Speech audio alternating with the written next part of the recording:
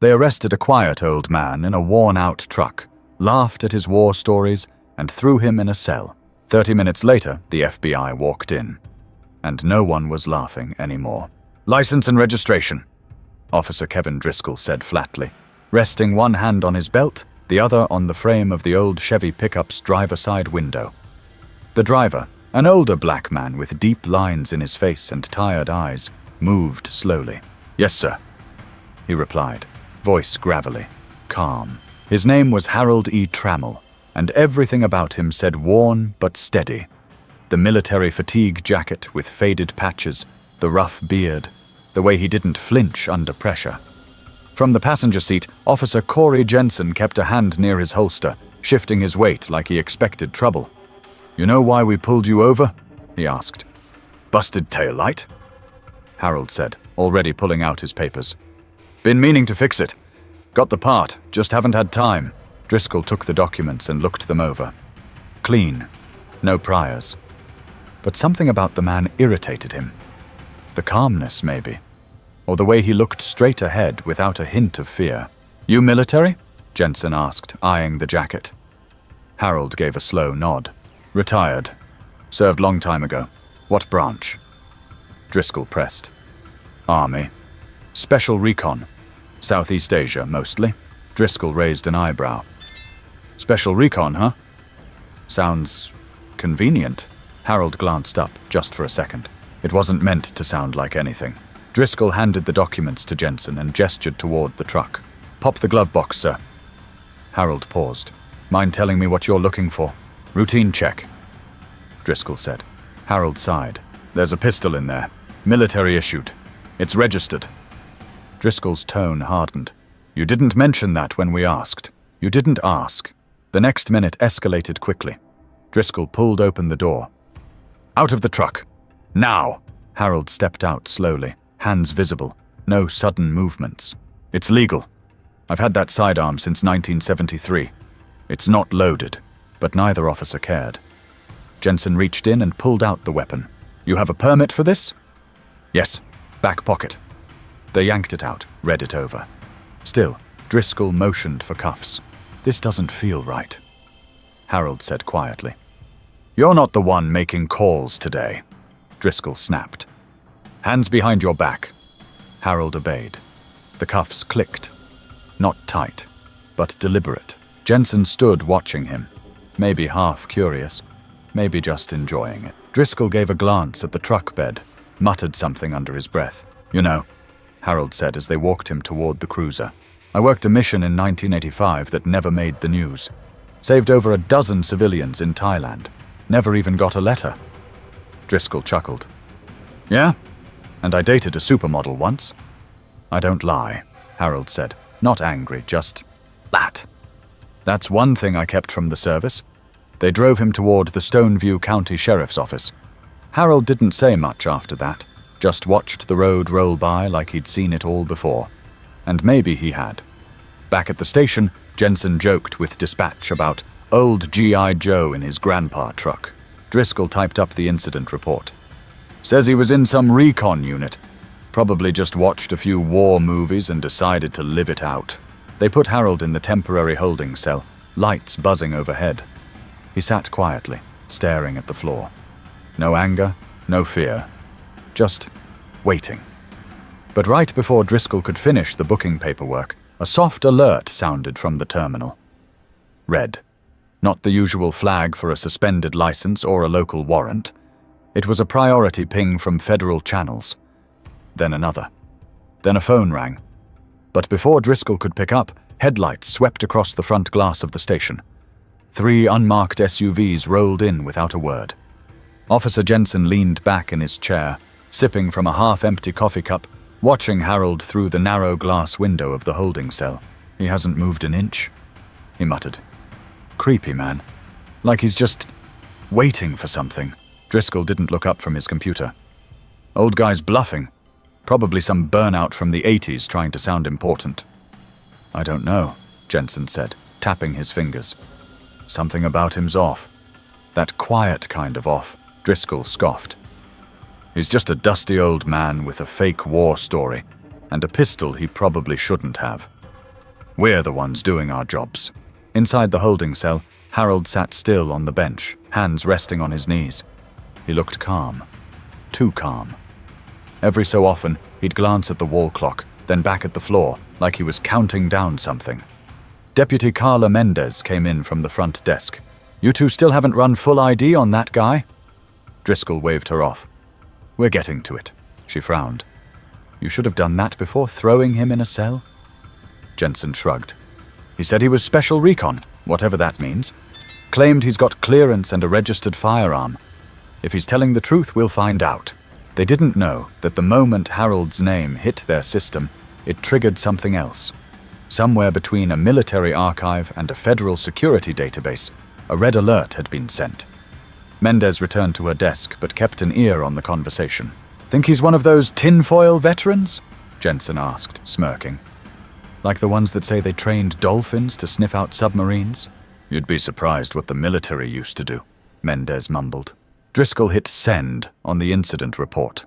"Yeah, and I'm supposed to believe this guy spent 30 years in some secret unit and then decided to drive around Alabama in a rusted-out Chevy?" "Right," Jensen chuckled. "Bet he sleeps with a knife under his pillow." Inside the cell, Harold finally spoke, his voice soft but firm. "You boys ever been in a firefight?" They looked up. Driscoll approached the glass. "What did you say?" "I asked if you've ever had to step between a mother and a sniper's scope before deciding who gets to breathe another minute." Driscoll laughed. "Here we go again." But Harold wasn't joking. "I still remember her eyes. She didn't speak English, but I knew what she was saying. And I took the shot. Not proud of it, but I did it." Silence fell across the room. Even Jensen stopped smiling. "You can either believe me or not." Harold added, "But if you think I'm just an old fool with a story, you're not paying attention." Driscoll stared at him a moment longer, then turned away. "He's messing with us. Don't fall for it." But the room felt different now, a little heavier. Then the phone rang. Line 3, a direct line, rarely used. Driscoll picked up. "Stoneview Sheriff's Office."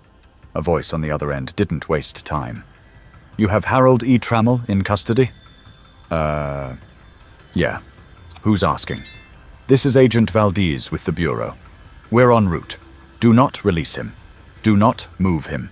Keep him secure and do not, under any circumstances, speak to him again." Driscoll blinked. "Wait, what?" The call ended. Mendez stood slowly from her desk. "Did he just say—" Before she could finish, headlights hit the station again. Low, powerful beams.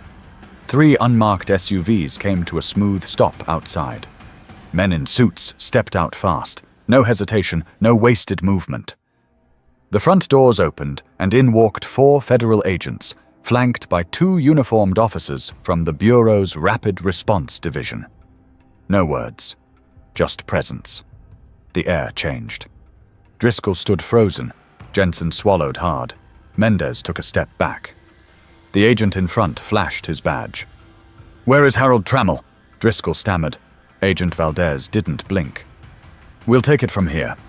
But as Valdez passed, he added without looking, "We need access to all footage, paperwork, and anything said or done since the arrest. Immediately." Agent Valdez walked straight through the station, eyes locked on the holding cell like he already knew the layout, the lighting, the smell of the place. His coat barely shifted as he moved, his badge still clutched loosely in his hand. Behind him, Agents Hollow and Chin broke off toward the desks. No hesitation. They plugged into the nearest workstations, already pulling up case files and video logs. Driscoll stepped forward.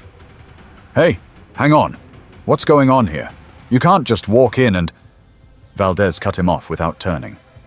"You're sitting on a protected asset. That man is not to be questioned, touched, or processed unless cleared by federal command. If you have a problem, feel free to call the Pentagon." Driscoll froze mid-step. Inside the holding cell, Harold looked up. The flicker of a smile touched the corner of his mouth. Not smug, not triumphant, just calm. Valdez tapped a code on the keypad, opened the cell himself. "Sergeant Trammell." Harold stood. "Took you long enough?" Valdez nodded. "Traffic in Birmingham was a mess." Harold stepped out slowly. His joints cracked, his knees stiff, but he moved with the kind of quiet control that didn't match his age. "They treat you like a suspect? I've had worse," Harold said, glancing at Jensen, then Driscoll. "At least they didn't ask me what unit I served in 3 times in a row like the last ones did." Jensen spoke up, nervous now. "Look, we didn't know who he was. The pistol, it wasn't declared, and we had to follow." "You didn't know because you didn't bother to listen," Agent Chin said coldly, still typing. "And now you're flagged in our system as having mishandled a Class A sensitive individual. Congratulations." The room was dead quiet. Valdez turned to Mendez. "Ma'am, were you involved in the arrest?" "No, sir," she said quickly. "I was at the front desk." "You're clear. The rest of you step back. Every word, every move since that stop is being logged. If bodycam footage shows mistreatment, you'll be hearing from our legal branch." Chin printed something from the workstation and handed it to Jensen. "Here's what you missed. Harold E. Trammell, former Master Sergeant, 4th Recon Unit, black classified for most of the 80s and 90s, stationed in Thailand, El Salvador, Beirut, and Sierra Leone. Medal of Valor, Pentagon citation for preservation of civilian life." Driscoll blinked, confused. "But why would a guy like that be flagged?" Valdez turned slowly toward him. "Because Sergeant Trammell isn't just a veteran. He's part of a long-standing federal protection program for operatives whose actions still hold legal weight in international law. The gun you arrested him over?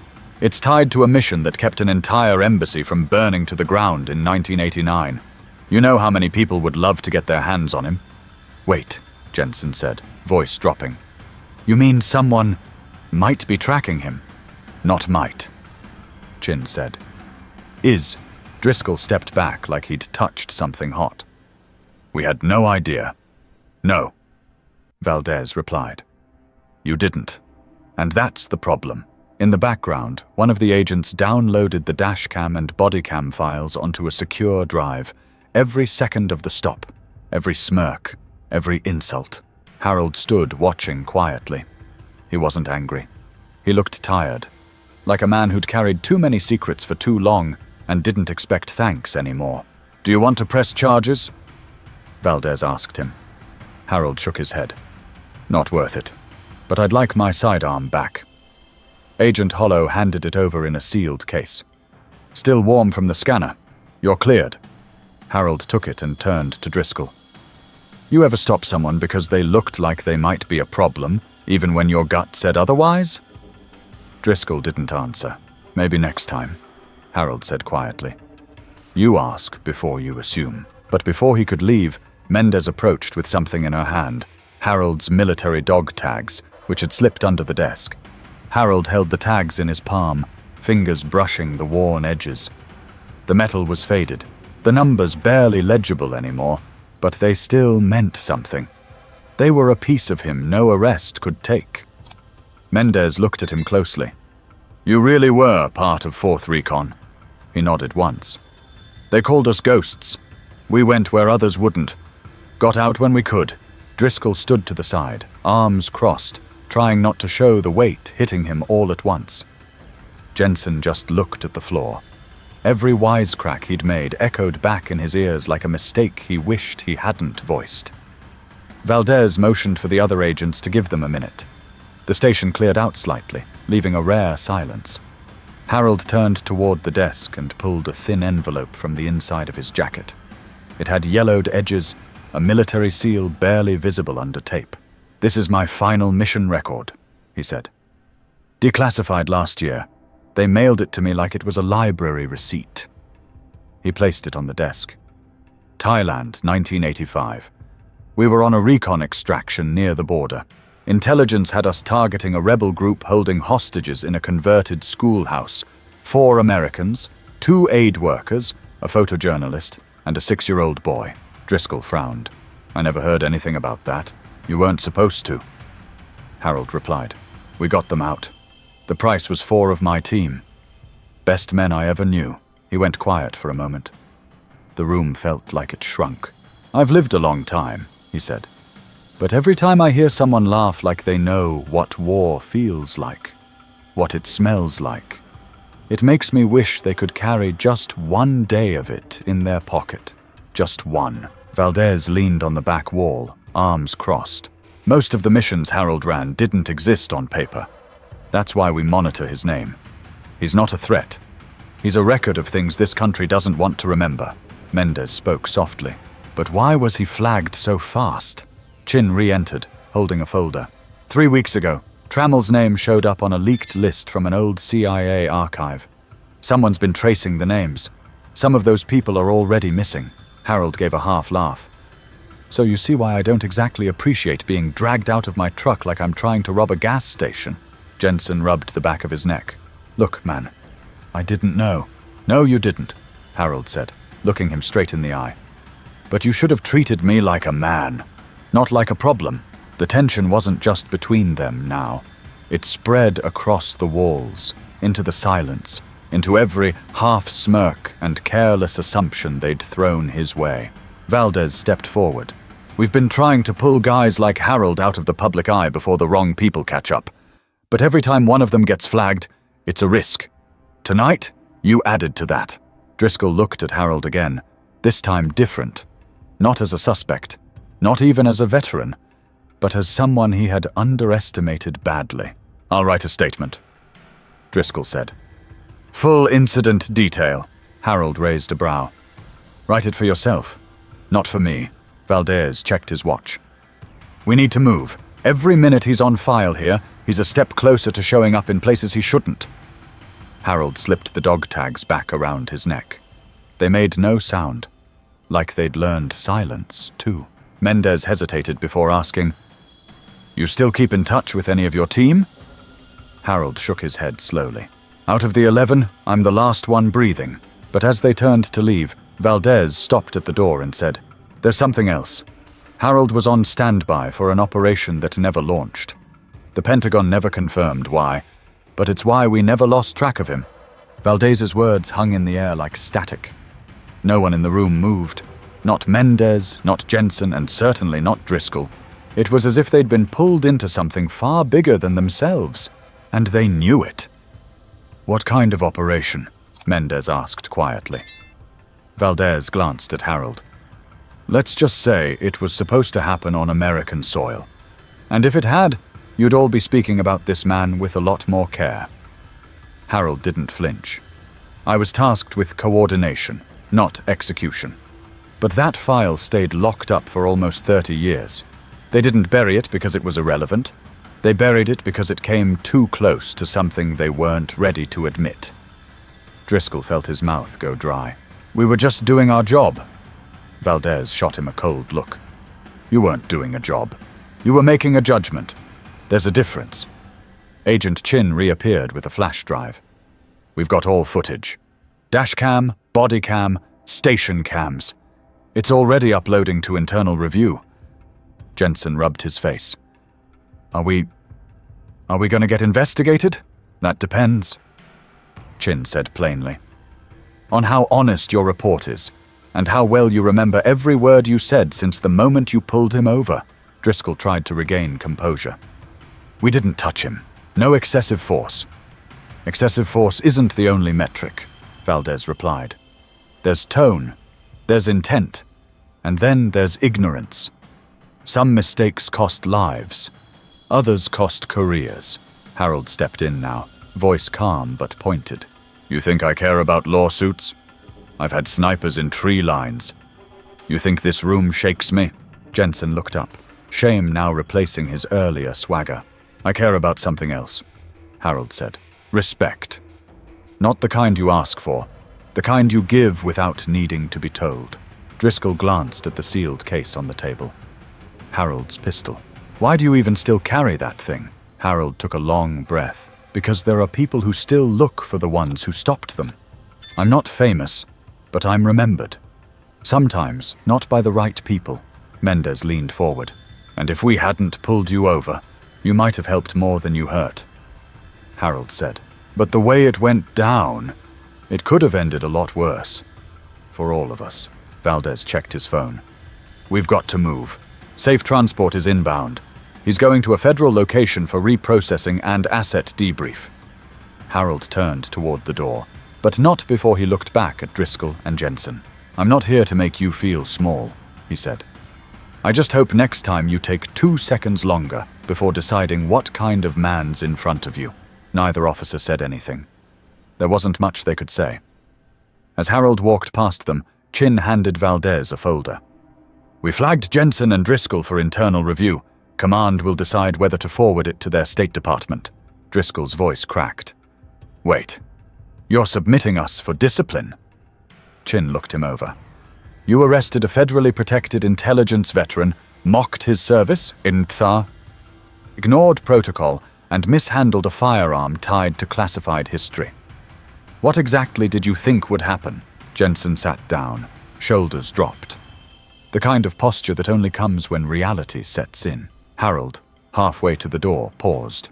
I spent my whole life being invisible when it mattered, and impossible to ignore when it didn't. Maybe that's what this country turns you into, if you stick around long enough. Valdez nodded toward the exit. Let's get him out of here. But before they reached the hallway, a local news van pulled into the parking lot. Someone had tipped them off, and what came next would be harder to control. The whir of a camera lens zooming in through the front window was enough to draw every pair of eyes to the entrance. Channel 8 News had arrived. One cameraman, one field reporter, both moving quickly toward the building. Someone had made a call, probably thinking it would earn them points or stir up headlines. Valdez muttered, "Damn it," and stepped forward to intercept. Harold didn't break stride. He walked slower now, but with the kind of quiet dignity that didn't need a crowd. His boots hit the tile with a rhythm, like he was back on patrol, every step measured, every glance purposeful. Outside, the reporter was already mic'd up.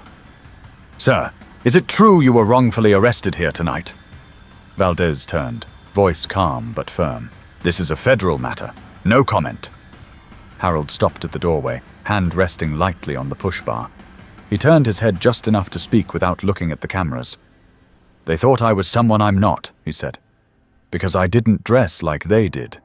Because I was quiet. Because I was black. But I am exactly who I say I am. And I've been carrying this country on my back for a lot longer than people care to remember. The reporter tried to fire off another question, but Valdez guided Harold gently outside, shielding him with his frame as the camera lights flashed. The SUVs were waiting. No sirens, no fuss. Just tinted glass and silence.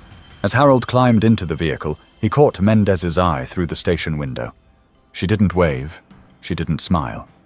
But the way she stood there, watching, still, said she understood something now that she hadn't before. Inside the station, Jensen slumped over his desk, tapping a pen against his knee. He didn't say a word. Driscoll stared at the footage playback, the body cam he hadn't thought twice about turning on, the way he barked orders, the smirk he'd worn when Harold mentioned his military history, the pistol being bagged like it belonged to a criminal. It was all there. Every moment of disrespect, casual and thoughtless. Mendez turned away from the screen. You're gonna have to answer for it. Driscoll nodded slowly. I know. Outside, the SUV doors shut. Valdez didn't say much during the ride. Harold leaned back, resting his head against the seat. His eyes didn't close, but his body loosened slightly. Not relaxed? Never relaxed. But still, you good? Valdez asked. Harold didn't answer right away. Then, they treated me like I didn't exist. You're not the first. You won't be the last. Yeah, Harold said, his voice low. But I'm tired of being the warning lesson. They learn, and we still carry the bruises. The SUV turned onto a side road, leading to a secure location away from the station, away from the spotlight. Before they reached the gate, Harold spoke again. You know what I think about most? What's that? That kid in Thailand. The 6-year-old. The one I carried out in a rice sack to keep him from being seen. Valdez turned slightly. You saved him, maybe, Harold replied. Or maybe I just delayed what the world already had in store for him. The vehicle pulled to a stop. Valdez opened the door but didn't rush Harold. He let the old man take his time. Harold stepped out, boots hitting gravel. He looked up at the stars for a second, then down at the dirt. "You want to know the truth?" he said. "Always. I didn't care about the arrest. I've been held at gunpoint by worse. What I care about is how fast they believed the worst about me without asking a single question." Valdez nodded. "It won't be the last time someone like them does something like that." "I know," Harold said. "But it should have been." He turned toward the building, walking slowly, back straight. But inside the station, Mendez was already on the phone with Internal Affairs. She wasn't going to let what happened become just another buried file. 2 weeks later, the Stoneview County Sheriff's Office looked the same from the outside. Brick walls, faded signage, 2 patrol cruisers parked crooked as always. But inside, the atmosphere had shifted. Mendez sat at her desk, flipping through a printed statement.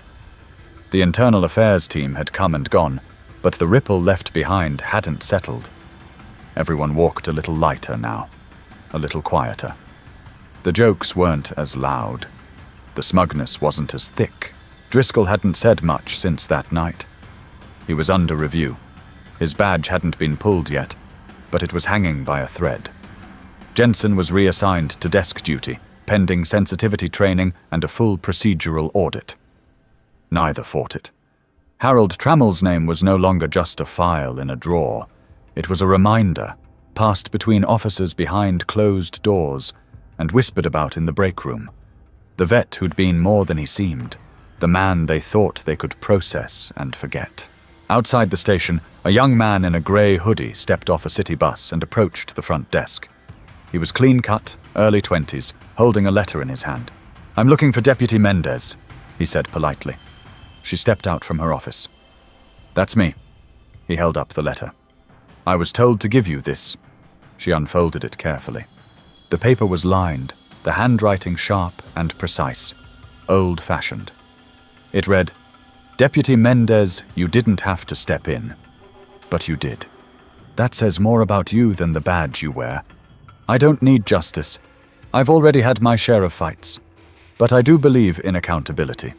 And you're the reason I still believe that's possible. Thank you, Harold E. Trammell." She read it twice. The signature was penned with a fine black ink, steady and clean. She folded the paper slowly, her chest tight with something she couldn't quite name. "Did he ask you to bring this?" she asked the young man. He nodded. "He's staying outside Birmingham for a while. Off-grid. Doesn't want attention." Mendez offered a small smile. "Tell him. He's not forgotten." The young man nodded and left the station just as quietly as he'd arrived. Back inside, Driscoll sat alone in the locker room, staring at his reflection. No uniform today, just a plain shirt and the feeling of something unfinished. He reached into his locker and pulled out a notepad. On it he scribbled, "Saw a man." Didn't ask who he was. Treated him like a file, not a person. Then he closed it and slid it back into the drawer. Maybe no one else would ever read it, but he would. At a Veterans Resource Center 30 miles outside the city, Harold sat in a folding chair across from a younger vet named Julian. Combat boots untied, cap pulled low, Julian spoke in quick bursts. Too many memories, not enough space to hold them. "I wake up thinking someone's going to kick the door in," Julian said. "Even though I'm back home, even though it's been 3 years, I can't turn it off." Harold leaned forward. "You don't turn it off. You just learn where to place it. It doesn't go away. It just stops running the whole show." Julian stared at him. "How long did it take you?" Harold gave a faint smile. Still counting. They sat in silence, both men carrying more than they'd ever say out loud. And yet, in that silence, there was a kind of peace.